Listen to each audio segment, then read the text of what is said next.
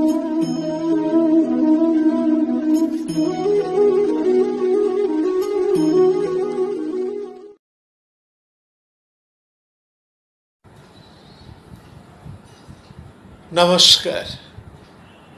প্রাণারামের মাধ্যমে সম্প্রচারিত ভারত কথার গ্রন্থি মোচনের 121তম পর্বে আপনাদের সবাইকে জানাই স্বাগত সম্ভাষণ। মহামতি অনন্তলালের অপার আশীর্বাদে আমরা প্রতিদিন শুনে চলেছি ভারত কথা। ভারত কথায় আমরা শুনছি মহর্ষি নারদের প্রশ্নমালা। মনে রাখবেন, নারদের এই প্রশ্নগুলি এতটাই রেলেভেন্ট, সর্বকালের, সর্বসময়ের এবং সব ধরনের শাসন প্রণালীর জন্য, যে পরবর্তীকালে আমাদের দেশে তো বটেই, বিদেশের বিভিন্ন রাষ্ট্রনীতি, রাজনীতি, সমাজনীতির আলোচনায় বিভিন্ন প্রতিষ্ঠানে, বিশ্ববিদ্যালয়, বহু বিখ্যাত স্কলারদের লেখায়, আলোচনায় আমরা বারবার এর উল্লেখ হতে দেখেছি। মহাভারতের যেসব অংশগুলি বা যেসব বিষয়গুলি, যেসব ভাবনা সমূহ আজও পৃথিবীর বিভিন্ন আন্তর্জাতিক পাঠশালায় রীতিমতো চর্চার বিষয়, নারদ প্রশ্ন তার অন্যতম গুরুত্বপূর্ণ একটি বিষয়। সর্বকালের, সর্বদেশের রাজনীতির, রাষ্ট্রনীতির ছাত্র অধ্যাপকদের কাছে এই নারদ প্রশ্নমালা প্রিয় আলোচিত বিষয়।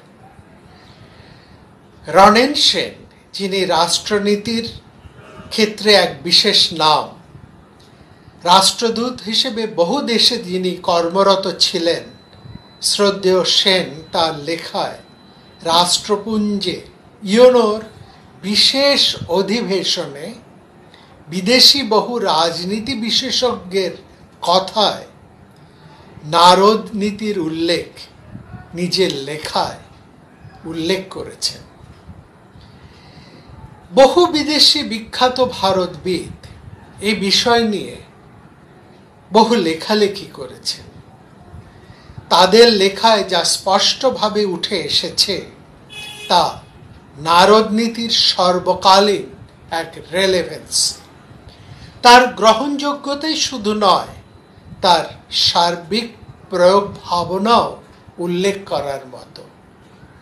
লক্ষ্য করবেন, রামায়ণে যখন শ্রীরাম সবে বনবাসে এসেছেন, এখনো গভীর গহন বনে প্রবেশ করেননি, এমন সময় ভরত এসেছেন দেখা করতে, দাদাকে ফিরিয়ে নিয়ে যাবার জন্য।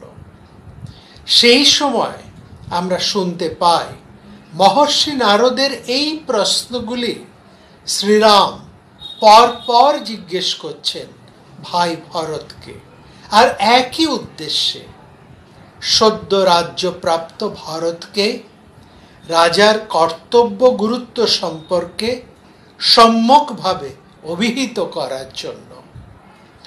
বহু পরবর্তী সময়ে মহামতি কৌটিল্যের অর্থশাস্ত্রে নারদ তত্ত্ব সমূহ পিসুন তত্ত্ব নামে দীর্ঘ পরিচ্ছেদ ধরে আলোচনা করা হয়েছে। যে কথাটি রাষ্ট্রবিজ্ঞানের অভিজ্ঞ ছাত্র মাত্রেই নির্দ্বিধায় স্বীকার করেন যে হাজার হাজার বছর আগে রাজতন্ত্রের কাঠামোয় কি বিশালভাবেই না শাসকের নীতি, কর্তব্য, দৃষ্টি সম্পর্কে এত বিশদে আলোচনা করা হয়েছে, ভাবনার উদয় হয়েছে, তা এক কথায় অনবদ্য। আর এই প্রশ্নগুলি যে কোনো বুদ্ধিমান বিচারশীল নাগরিকের সর্বকালীন প্রশ্ন। সর্বকালেই আমরা আমাদের শাসকের কাজের গুণাগুণ বিচার এই প্রশ্নগুলির মাধ্যমেই করে থাকি। অতীতে করা হয়েছে, বর্তমানে করা হচ্ছে, ভবিষ্যতেও সব ধরনের শাসকেরা সর্বদেশে এই প্রশ্নের সম্মুখীন হবেন। মহর্ষি নারদের যে প্রশ্নটির উল্লেখ আমরা গত পর্বে করেছি, মহারাজ, আপনি 1000টা মূর্খের বদলে একজন জ্ঞানী পণ্ডিতকে কিনে নেবার চেষ্টা করেন তো? কচ্চিৎ সহস্র মূর্খানাম একং কৃণাসি পণ্ডিতম। পণ্ডিতদের কিনে নেন তো? এই শব্দগুলি ভীষণ ভীষণ লক্ষ্য করার মতো। পণ্ডিত ক্রয় করার অর্থ হলো উপযুক্ত মর্যাদা গুরুত্ব দিয়ে একজন অভিজ্ঞ পণ্ডিত জ্ঞানী মানুষকে সঠিক প্রয়োজনে সঠিক স্থানে নিয়োগ করা। বস্তুত আমরা যখন দেখি কর্মক্ষেত্রে 1000টা মূর্খ চাটুকার চতুর্দিকে গিজগিজ করছে, কেবলমাত্র কতগুলো সামাজিক কিংবা রাজনৈতিক সুবিধা প্রাপ্ত অযোগ্য মানুষ গুরুত্বপূর্ণ চেয়ারগুলি দখল করে যা খুশি তাই করে যাচ্ছেন, সেখানে মহর্ষি নারদের এই প্রশ্ন যে কোনো শাসকের উদ্দেশ্যে ভীষণ ভীষণ রেলেভেন্ট, ভীষণই ইঙ্গিতপূর্ণ। আমরা প্রায়শই দেখি একজন অভিজ্ঞ পণ্ডিত মানুষকে অতিক্রম করে একজন বশংবদকে শাসক তার মাথায় বসিয়ে দিচ্ছেন, অথবা অর্থ ক্ষমতার লোভ সুবিধায় কাউকে নিজের অনুকূলে নিয়ে আসছেন। তাছাড়া হামেশাই তো আমরা দেখি অনেক অভিজ্ঞ মানুষই নিজের স্বার্থ চরিতার্থতায় শাসকের দলদাসে পরিণত হচ্ছেন। এই যে ক্রয় শব্দটি মহর্ষি নারদ এখানে ব্যবহার করেছেন, শব্দটির এক বিশাল তাৎপর্য আছে। এটা এমনই ঋজু ব্যক্তিত্ব সম্পন্ন চরিত্রের মানুষ, এরা এমনই ঋজু ব্যক্তিত্ব সম্পন্ন চরিত্রের মানুষ যাদের কোনো প্রকার অর্থ সম্পত্তি সুখ সুবিধা মর্যাদার বিনিময়ে তারা আপোষ করেন না।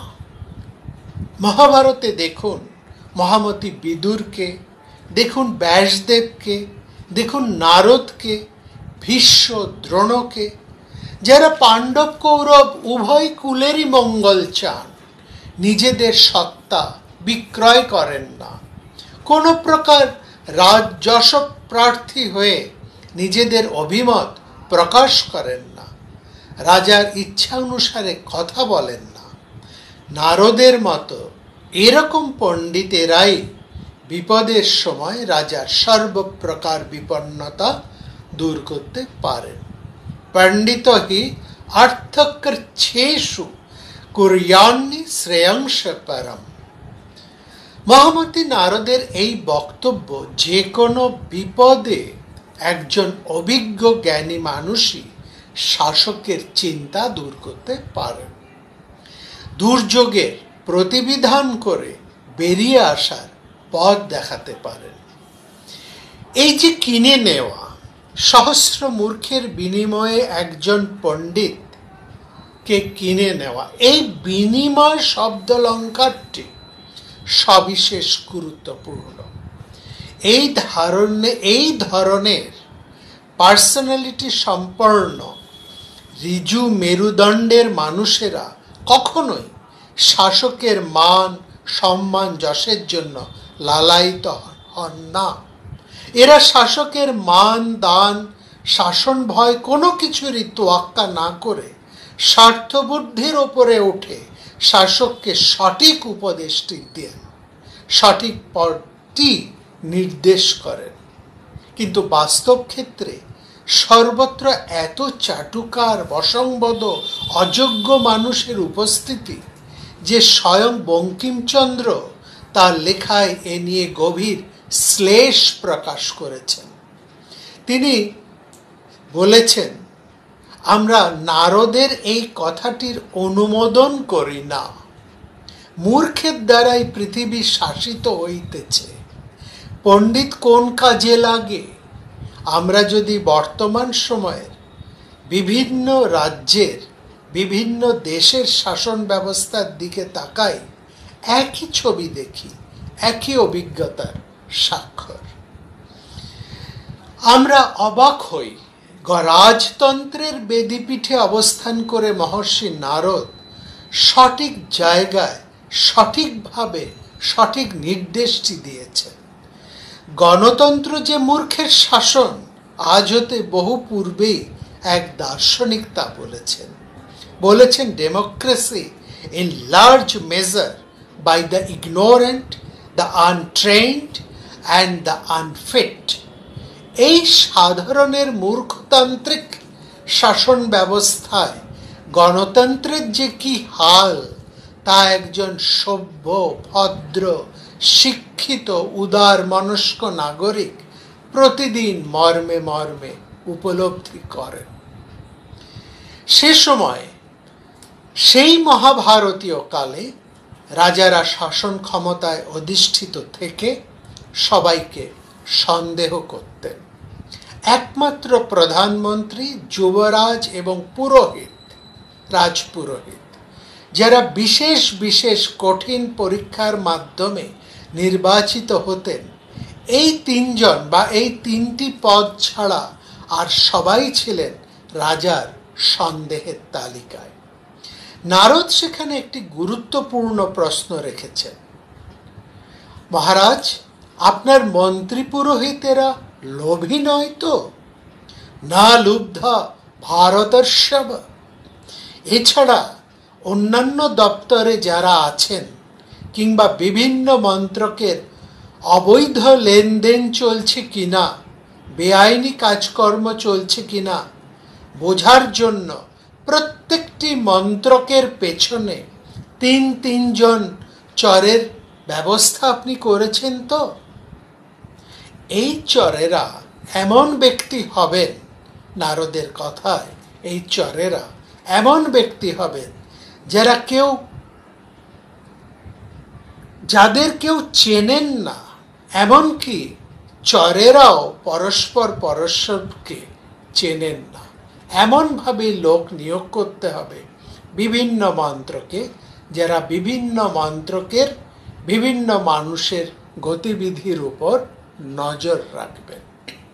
নারদ জিজ্ঞাসা করছেন, মহারাজ, আপনার গুরুত্বপূর্ণ মন্ত্রকে আপনি বিদ্যাবুদ্ধি সম্পন্ন প্রবীণ মানুষকে নিয়োগ করেন তো? গণতান্ত্রিক ব্যবস্থাতেও উচ্চ নিচ ভেদ না থাকলেও খেয়াল রাখতে হবে অভিজ্ঞ প্রবীণতার বিচারে, দক্ষতার বিচারে যেন কোনো আপোষ না করা হয়। নয়তো আমরা সচরাচর দেখি উত্তম পদে একজন অধম বাবু কিংবা গুরুত্বপূর্ণ স্থানে অযোগ্য মানুষ দিব্যি গণতান্ত্রিক ব্যবস্থার ফাঁক ফোকর দিয়ে দিব্যি করে কর্ম করে খাচ্ছেন, আর ফল ভুগছেন সাধারণ মানুষ। মহর্ষি নারদ আরও একটি গুরুত্বপূর্ণ প্রশ্ন করেছেন, যা বর্তমান সময়ে বিশেষভাবে আলোড়ন সৃষ্টি করেছে। নারদ বলছেন, মহারাজ, আপনি মাত্রাতিরিক্ত দণ্ড প্রয়োগ করে প্রজাদের অতিষ্ঠ করেন না তো? মাত্রাতিরিক্ত দণ্ড প্রয়োগ করে প্রজাদের অতিষ্ঠ করেন না তো? দেশ, কাল, পাত্র এবং তার ক্ষমতা অক্ষমতা বিচার করেই যেমন দণ্ডের বিচার সর্বকালের নিয়মের প্রতিষ্ঠিত, সেখানে আমরা প্রায়শই কিন্তু দেখতে পাই আধুনিক সময়ে শাসনযন্ত্রের সমান্তরাল দণ্ডদানের দলীয় পৃষ্ঠপোষকতায় কিছু মানুষের ব্যাপক উপস্থিতি। তারা আদালত, নিয়ম কানুনের তোয়াক্কা না করে প্রভুপ্রীতি ইচ্ছা অনুসারে শাসন ক্ষমতা, আইন সমূহ নিজেদের হাতে তুলে নেন।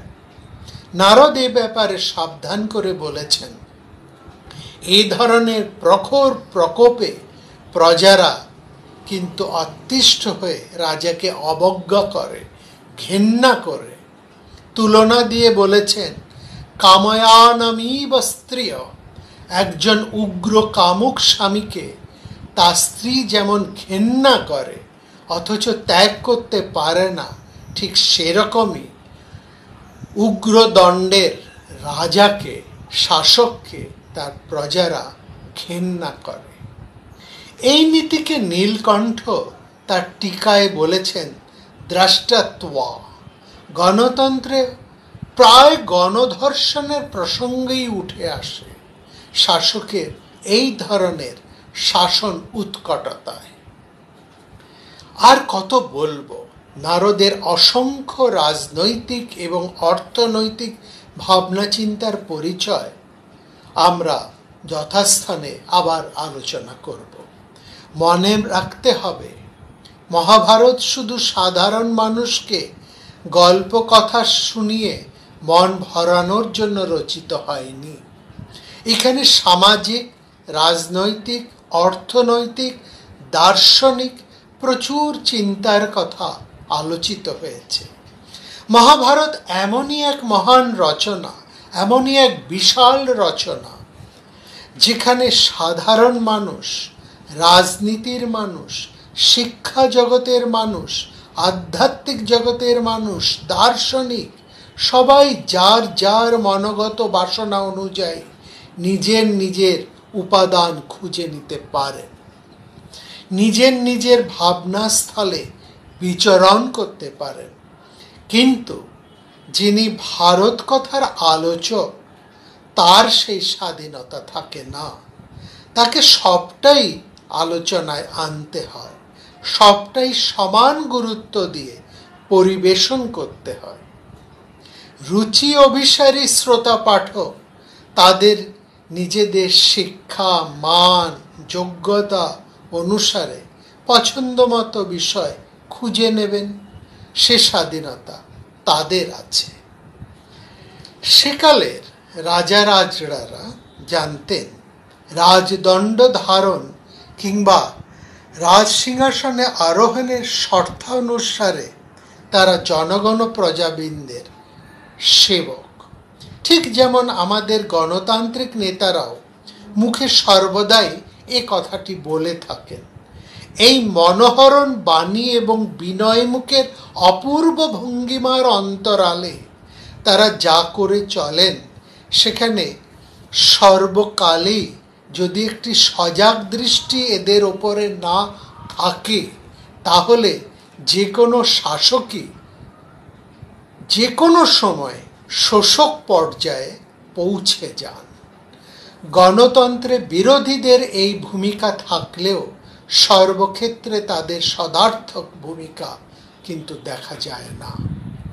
মহর্ষি নারদ সেকালে একজন সদা জাগ্রত প্রহরী, যিনি রাজাকে যেমন রাজার ইতিকর্তব্য সহ রাজনীতির কূটকৌশল শেখান, তেমনি অত্যাচারী লোভী রাজাকে সতর্কও করে তোলেন। নারদের অনন্ত উপদেশের মধ্যে সে কারণেই গণতান্ত্রিক বিচার ব্যবস্থাও নিজের উপাদান খুঁজে পায়। মহর্ষি নারদ যুধিষ্ঠিরের নবনির্মিত রাজসভা দেখে মুগ্ধ হয়েছেন। সঙ্গে সঙ্গেই সেই মুগ্ধতাকে বাহ্য আড়ম্বরের মধ্যে সীমাবদ্ধ না রেখে প্রশাসনের উন্নতি শৃঙ্খলায় পরিণত করার জন্য সচেষ্টও হয়েছেন। এই সাথে বিভিন্ন দেবসভার বর্ণনাও তিনি করেছেন মহারাজ যুধিষ্ঠিরের কাছে। এই মর্তভূমিতে রাজত্ব করে যারা তাদের রাজনৈতিক ভূমিকাকে দেবত্বে প্রতিষ্ঠিত করেছেন, সেই সব মহান রাজা হরিশ্চন্দ্র, মহারাজ পাণ্ডুর কথাও সবিস্তারে যুধিষ্ঠিরের কাছে বর্ণনা করেছেন মহর্ষি নারদ। হরিশ্চন্দ্রের রাজ্য শাসন গরিমায় এলো রাজসূয় যজ্ঞের প্রসঙ্গ। মহারাজ যুধিষ্ঠির সদ্য রাজা হয়েছেন। রাজনৈতিক গুরুত্বে তিনি একজন সাধারণ রাজা, কিন্তু সাধারণ ক্ষুদ্র দেশের রাজাই তো তার অনন্ত সদোত্থায়ী ভাবনায় একদিন চক্রবর্তী সম্রাট হয়ে ওঠেন। ক্ষুদ্র সীমায় নিজেকে আবদ্ধ না রেখে নিত্য উৎসাহে একজন মানুষ, একজন সাধারণ রাজা সমস্ত বাধা ক্ষুদ্রতাকে অতিক্রম করতে পারে, তিনি সম্রাট হয়ে উঠতে পারেন। যুধিষ্ঠিরের মতো স্থিতপ্রজ্ঞ মানুষ কেবলমাত্র ধর্মযুক্ত রাজ্য শাসন এবং প্রজাকল্যাণে আবদ্ধ থাকুক, তা বিশদ রাজনীতির ভাবনা হতে নারদের কাছে যুক্তিপূর্ণ বলে মনে হয়নি। তাই তিনি যেমন শোনালেন মহারাজ হরিশ্চন্দ্রের কথা, তেমনি শোনালেন মহারাজ পাণ্ডুর কথা, শোনালেন পিতা পাণ্ডুর আদেশ অভিলাষে তার পুত্রের প্রতি। পিতা পাণ্ডুর আদেশ অভিলাষ তার পুত্রের প্রতি। অতি ভীষণ ইঙ্গিতজ্ঞ রাজনৈতিক প্রাজ্ঞ পুরুষ নারদের কথা এবং তার নিহিতার্থ দুটোই আমরা শুনব আগামী পর্বে, যেখানে নারদ নিয়ে এসেছেন পাণ্ডুর কথা। পাণ্ডুর অভিলাষে ইঙ্গিতে তিনি যুধিষ্ঠিরকে কি বার্তা দিতে চান আমরা তা শুনব আগামী পর্বে। আমার সকল ধৈর্যশীল শ্রোতাদের কাছে নিবেদন, কখনোই নির্ভারত হয়ে থাকবেন না। নমস্কার। রাম প্রাণারাম প্রাণারাম প্রাণারাম প্রাণারাম প্রাণারাম। কি যেন লোকানো নামে তাই মিষ্ট এত তব নাম। প্রাণারাম প্রাণারাম প্রাণারাম প্রাণারাম প্রাণারাম প্রাণারাম।